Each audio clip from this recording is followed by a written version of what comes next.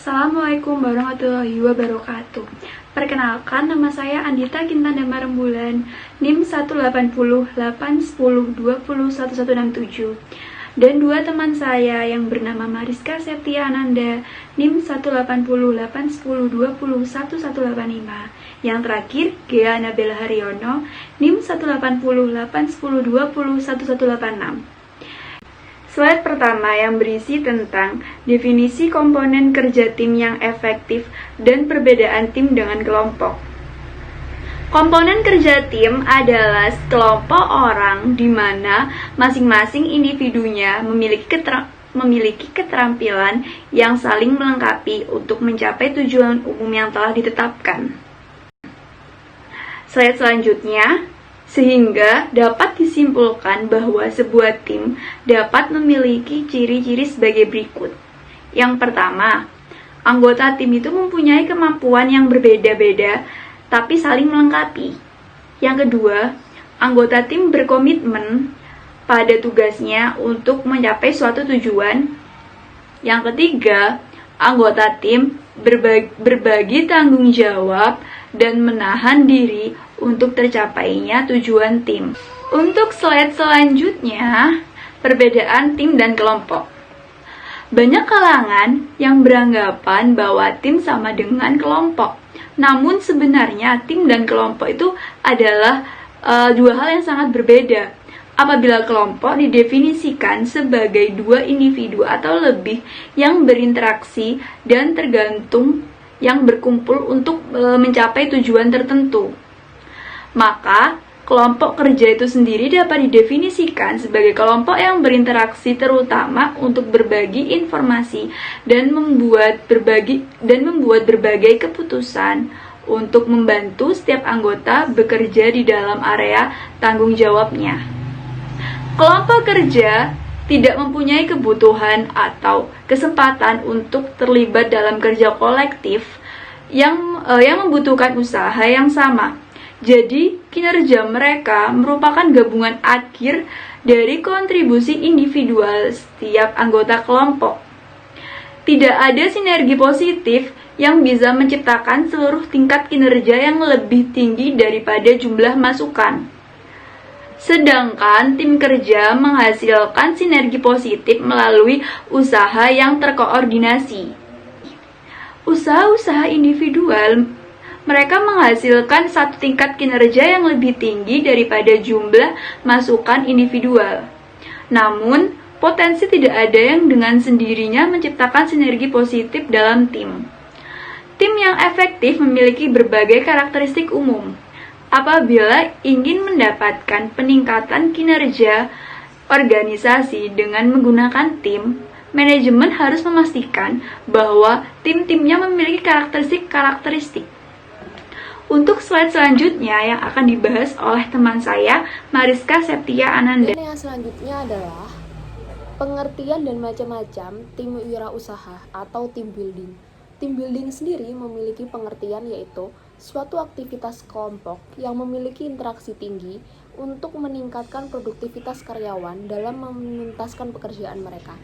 Tentunya hal ini telah disesuaikan dengan tujuan mereka itu seperti apa. Dan tentunya semuanya pasti akan disesuaikan juga dengan sasaran mereka terhadap siapa yang akan jadi target sasaran tersebut. Aktivitas yang dijalankan adalah sebagai berikut. Yang pertama yaitu menyusun sasaran, mengevaluasi aktivitas tim, dan mengidentifikasi area yang berpotensi menjadi masalah. Tentunya sasaran itu kita harus memiliki target dan memiliki tujuan, serta kita harus memiliki planning bagaimana agar kita tuh dapat mencapai suatu sasaran sehingga dapat menjadi tepat sasaran. Dan mengevaluasi aktivitas tim dan mengidentifikasi area yang berpotensi menjadi masalah. Tentunya evaluasi terhadap suatu tim itu adalah hal yang sangat wajib, karena dari situ tentunya kita akan mengetahui apa sih kekurangan yang ada dalam tim kita, sehingga hal tersebut akan menimbulkan minimnya masalah yang akan terjadi. Dan yang selanjutnya, membangun hubungan interpersonal yang baik antar anggota tim. Tentunya Dalam suatu tim, apabila kita memiliki hubungan interpersonal yang baik antar sesama anggota tim, hal tersebut akan mencegah dan mengurangi adanya konflik yang terjadi dalam suatu tim tersebut. Dan yang ketiga, menganalisis peran setiap anggota tim. Dalam tim, pasti sudah memiliki job desk masing-masing, di mana kita tentunya harus juga menganalisis dan mengerti bagaimana sih peran-peran antar anggota tim, sehingga ketika nanti dalam suatu pekerjaan itu tidak mengalami masalah pembagian pekerjaan yang dinilai anggota-anggota tim itu kurang adil, seperti itu. Dan yang selanjutnya, menganalisis proses dalam tim, baik mengidentifikasi cara kerja dan bagaimana proses untuk membuat tim lebih efektif. Itu kembali lagi bagaimana cara kita mengevaluasi para anggota tim kita sehingga dapat menimbulkan suatu adanya proses kerja yang baik dan efektif. Di sisi lain juga tentunya dalam pekerjaan itu membutuhkan efisiensi waktu yang tepat, sehingga dengan adanya kita menganalisis proses dalam tim itu akan membantu kita dalam mengefisiensi dan mengefektifkan waktu.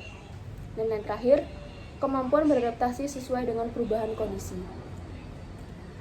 Dalam suatu pekerjaan, tentunya kita tidak akan mengetahui masalah apa yang akan dihadapi, rintangan apa yang akan terjadi, sehingga dalam suatu tim itu sudah diharuskan dan diwajibkan untuk dapat berproses ataupun dapat menyesuaikan dengan perubahan-perubahan yang terjadi. Sehingga di sini diperlukan adanya kerjasama yang baik antar anggota tim. Dan yang selanjutnya adalah team building dapat dikelompokkan menjadi 4 macam. Yang pertama yaitu personality based team building, di mana setiap anggota tim dapat mengenal diri sendiri dan mengenal rekan-rekan setimnya secara mendalam. Di sini dapat kita ketahui bersama bahwa pentingnya mengenal diri sendiri terlebih dahulu, baru mengenal bagaimana sih lawan bicara kita, bagaimana sih tim yang akan bekerja sama dengan kita. Dan yang selanjutnya, activity based team building, yaitu mengedepankan aktivitas fisik yang dilakukan di alam terbuka. Di sini activity based team building itu adalah lebih mengedepankan aktivitas-aktivitas secara eksternal ataupun di luar. Dapat kita ambil contoh yaitu suatu outbound, di mana lebih mengedepankan fisik daripada intelektual. Dan yang selanjutnya, skill based team building. Biasanya tipe team building ini dilakukan dalam bentuk workshop, di mana di sini dapat kita ketahui bersama bahwa contoh yang dapat kita ambil yaitu workshop, lebih mengedepankan intelektual dan bagaimana sih kerja teamwork yang baik sehingga dapat workshop tersebut dapat berjalan secara baik. Dan yang terakhir, problem based team building. Tipe ini menggunakan kasus, puzzle ataupun masalah-masalah sebagai media pembelajaran. Jadi di sini benar-benar diasah bagaimana kita agar dapat menyelesaikan suatu masalah. Jadi seperti problem solve seperti itu. Lebih mengedepankan pikiran, ketenangan, kerjasama sehingga dapat masalah-masalah tersebut dapat terpecahkan. Bab selanjutnya yaitu ketepatan dalam menganalisis dan mengidentifikasi sebuah tim yang sukses menggunakan komponen kinerja tim. Sebuah tim yang efektif pasti akan mengungguli kolektif yang personal, di mana masing-masing individunya bekerja sesuai job desk tanggung jawabnya secara masing-masing. Namun, dalam hubungan sebuah tim diperlukan kekompakan yang merupakan salah satu aspek penting bagi sebuah tim tersebut agar tercapainya tujuan akhir, visi misi, dan output yang diinginkan. Oleh karena itu, proses membangun sebuah tim tidaklah mudah dan instan. Diperlukan sosok seorang pemimpin yang dapat bertanggung jawab, baik dalam mendukung dan mendorong tim tersebut agar menjadi solid. Tentu saja akan banyak sekali rintangan dan tantangan yang akan dihadapi oleh seorang pemimpin dalam membangun sebuah tim yang sukses nantinya. Aturan pertama dalam membangun sebuah tim yaitu memberikan job desk yang jelas dan secara adil kepada setiap anggota tim. Hal ini bertujuan agar tidak timbul rasa ketidakadilan maupun kesenjangan di antara anggota tim. Ingat bahwa pemimpin yang baik dalam sebuah tim adalah dengan menimbulkan rasa kepercayaan dan kesetiaan antar anggota daripada harus menimbulkan ketakutan maupun kekuatan antar anggota yang tidak adil dan tidak setara. Karena setiap individu di dalam sebuah tim tentu saja memiliki personality yang berbeda-beda, kemampuan yang berbeda-beda, dan cara bekerja yang berbeda-beda. Oleh karena itu, seorang pemimpin harus memiliki kekuatan untuk menyatukan perbedaan tersebut agar menjadi tim yang solid dan tim yang kompak.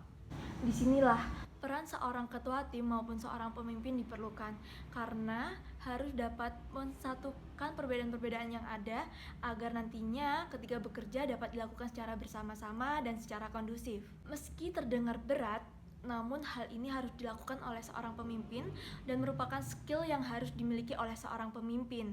Jadi hal ini tentu saja akan bisa dilakukan untuk mencapai sebuah tim yang baik dan sukses. Kerja tim yang sempurna tidak dapat muncul begitu saja. Diperlukan kesadaran diri akan tanggung jawab dan job desk masing-masing dari setiap anggota tim maupun pemimpin. Oleh karena itu, beberapa komponen berikut harus dapat hadir di dalam setiap anggota tim. Yang pertama adalah mempunyai tujuan akhir yang jelas.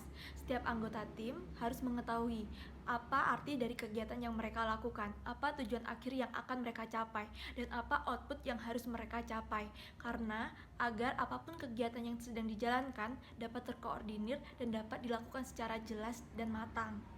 Lalu yang kedua adalah pembagian peran dan juga tugas yang jelas. Seluruh anggota tim harus mengetahui akan adanya hierarki, di mana akan adanya perbedaan peran, tugas, tanggung jawab, dan juga job desk antar anggota tim. Hal ini bertujuan agar terciptanya perbedaan, namun tetap dapat saling kompak dan saling melengkapi satu sama lain. Yang ketiga adalah menjaga komunikasi. Komunikasi ini harus terjalin erat antar anggota maupun antar anggota dengan pemimpin. Tidak boleh ada miskomunikasi yang terjalin. Oleh karena itu, setiap kali ada ide, saran maupun kritik harus dapat tersampaikan secara baik dan kondusif kepada setiap anggota maupun pemimpin kepada anggotanya. Yang keempat adalah kerjasama dan pengembangan individu pada sebuah tim. Kerja tim bukanlah tentang prestasi individu, melainkan hal apa yang harus dicapai secara bersama-sama di dalam tim tersebut, agar tujuan akhir ataupun output dapat dimaksimalkan. Meskipun di dalam tim dituntut akan adanya kerjasama, setiap individu berkewajiban ataupun boleh untuk mengembangkan dirinya sendiri dengan wadah yang ada. Oleh karena itu, selain dapat bekerja sama, mereka perlu untuk mengembangkan hal-hal apa aja yang dapat dilakukannya selama bekerja sama maupun bekerja menjadi seorang tim. Dan yang terakhir adalah membangun kepemimpinan yang kuat. Karena hanya pemimpin yang efektiflah, meskipun mereka tidak ada, meskipun pemimpin ini tidak ada, anggota tim akan tetap melakukan tugas-tugasnya. Karena mengapa? Karena efektif itu lebih harus didahulukan daripada efisien. Efektif untuk mencapai target akhir, efektif untuk menggapai apa yang menjadi outputnya. Kalau kita hanya memikirkan efisiensi saja, seorang koruptor pun juga bisa. Oleh karena itu, kita harus mendahulukan efektif. Komponen-komponen tersebut dibutuhkan untuk dapat membangun sebuah tim yang sukses, tim yang hebat, dan tim yang efektif. Jenis kepemimpinan yang tepat tidak berarti harus memaksakan otoritas dengan cara otoriter. Ini berarti membutuhkan kepercayaan secara transparansi dan juga membutuhkan kejujuran pada sebuah tim tersebut. Realitanya, ketua tim ataupun pemimpin tidak harus selalu ada pada kegiatan yang dilakukan oleh tim tersebut. Namun, bagi seorang ketua tim ataupun seorang pemimpin harus dapat memiliki pemikiran yang terbuka, hati yang terbuka untuk dapat menyelesaikan setiap permasalahan yang ada pada sebuah tim tersebut. Baik, sekian presentasi dari kelompok kami. Mohon maaf bila ada salah kata. Tetap sehat semuanya. Wassalamualaikum warahmatullahi wabarakatuh.